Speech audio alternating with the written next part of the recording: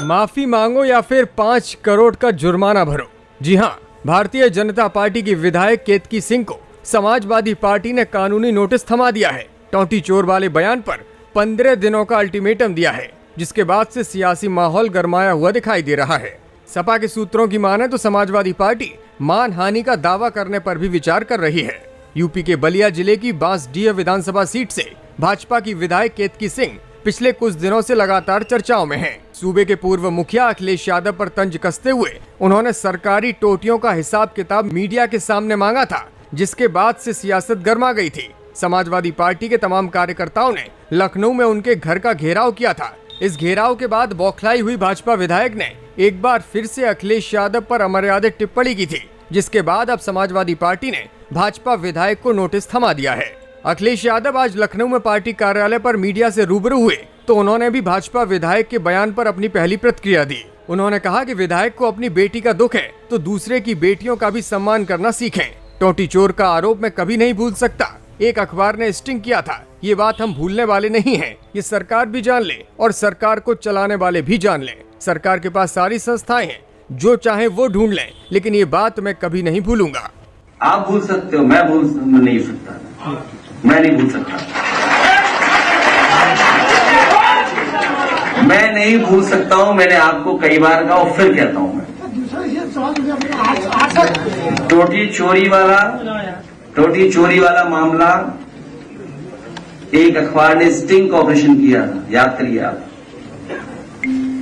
एक पत्रकार ने पूरी जानकारी हासिल की थी और उसने कहा था कि आईएएस एक अवनीश अवस्थी है, अवनीश अवस्थी आईएएस एक, और एक अधिकारी भाग्या ओएसडी कौशिक, वो डस्टबिन जितना है, हाइट डस्टबिन जितनी है। अगर बड़ा डस्टबिन कहीं शहर में देखा होगा आपने, तो उतनी जितनी हाइट है उसकी।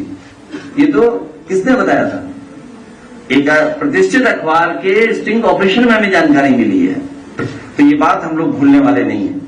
सपा के प्रवक्ता फखरुल हसन चांद ने बताया कि भाजपा विधायक केतकी सिंह को अमर्यादित टिप्पणी, झूठ और छवि धूमिल करने वाले बयान के लिए कानूनी नोटिस भेजा है। भाजपा विधायक ने जो कुछ भी कहा था वो बेसलेस है। ट्रायल में वो इसे प्रूफ नहीं कर पाएंगे। उनके मुंह में जो कुछ आया उन्होंने बोल दिया, लेकिन अब कोर्ट का सामना उन्हें करना पड़ेगा। लीगल नोटिस के मुताबिक अगर निर्धारित अवधि में माफी नहीं दी जाती तो सक्षम न्यायालय में आपके विरुद्ध सिविल और आपराधिक मानहानि की कार्रवाई शुरू की जाएगी। इसके साथ ही 5 करोड़ रुपए का हर्जाना भी मांगा जाएगा, जो पूरी तरह से आपके जोखिम और खर्चे पर होगा। लखनऊ में आज मीडिया से रूबरू हुए अखिलेश यादव ने अपनी सरकारी गाड़ियों के चालान को लेकर भी सत्तारूढ़ पार्टी पर निशाना साधा। उन्होंने कहा कि मेरी सरकारी गाड़ियों की ओवर स्पीडिंग पर 8 लाख रुपए का चालान आया है।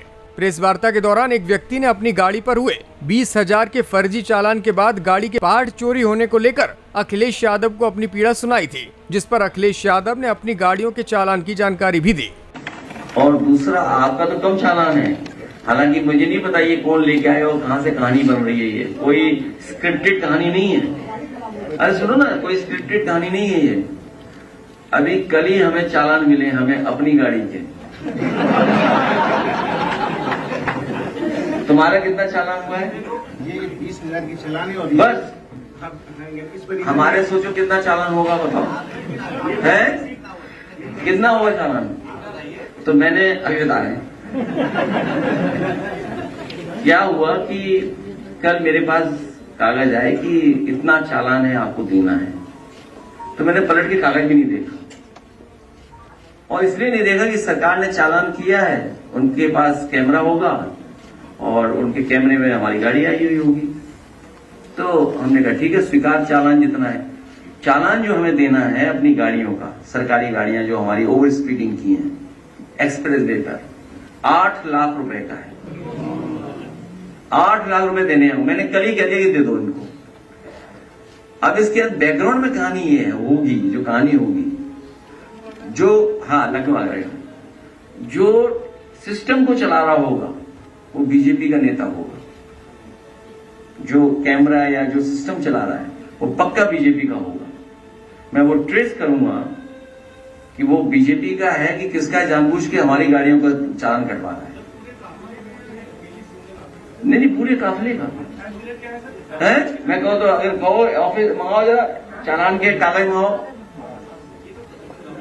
तो बताओ। इस बेचारे गरीब आदमी है, हम तो चलो इंस्टीट्यूशन से दे देंगे, पॉलिटिकल पार्टी का है, चलो हम तो पार्टी कागज से देंगे क्योंकि पार्टी से ही कोई चालान हुए, गाड़ियां पार्टी के नाम पर है, क्योंकि सरकार की जो गाड़ियां हैं वो ऐसी चल ही नहीं सकते उसमें।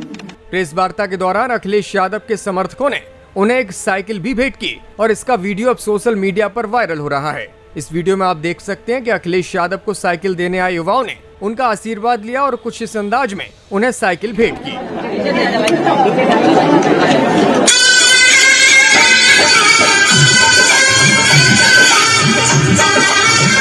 अखिलेश यादव ने कहा कि भाजपा ने जनता के किए गए चुनावी वायदों को पूरा नहीं किया। उन्होंने आरोप लगाया कि मौजूदा सरकार ने संविधान को कमजोर किया है, जनता पर अन्याय किया है, महंगाई और बेरोजगारी व भ्रष्टाचार को बढ़ावा दिया है। भारतीय जनता पार्टी इस्तेमाली पार्टी है, पहले इस्तेमाल करती है फिर बर्बाद करती है। भारतीय जनता पार्टी इस्तेमाली पार्टी है, पहले इस्तेमाल करेगी फिर बर्बाद करेगी। जीएसटी में होने वाले परिवर्तन को लेकर भी अखिलेश यादव ने प्रतिक्रिया दी। उन्होंने कहा कि केवल चुनावों को लेकर ये जीएसटी कम की गई है, लेकिन मुनाफाखोरी कम नहीं होगी। ये केवल चुनाव को लेकर के जीएसटी कम की गई है, लेकिन मुनाफाखोरी कम नहीं होगी। याद रखना आप, मुनाफाखोरी कम नहीं होगी, मुनाफाखोरी कम नहीं होगी। और फिर आप किससे वसूल लेंगे? बिजली महंगी कितनी है और चीजें कितनी महंगी हैं, नौकरी मिल जाएगी क्या? बिहार चुनाव और वोट चोरी के प्रकरण को लेकर अखिलेश यादव बोले कि हम लोग पूरी तैयारी कर रहे हैं कि आने वाले चुनावों में एक भी वोट कटने नहीं पाए। जब से भाजपा इंडिया गठबंधन से हारी है तब से उन्हें पता है कि आने वाले वक्त में उनकी सरकार नहीं बचेगी।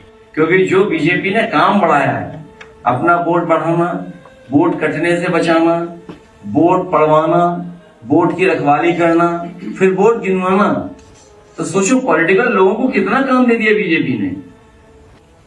तो उस पर लगातार हमारी पार्टी काम की है। और जब से ये इंडिया गठबंधन से हारे और खासकर यूपी में हारे हैं।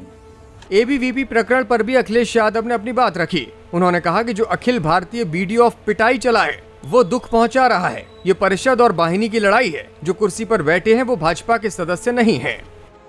अखिल भारतीय वीडियो ऑफ पिटाई चला है, अखिल भारतीय वीडियो ऑफ पिटाई जो है वो दुख पहुंचा रहा हो।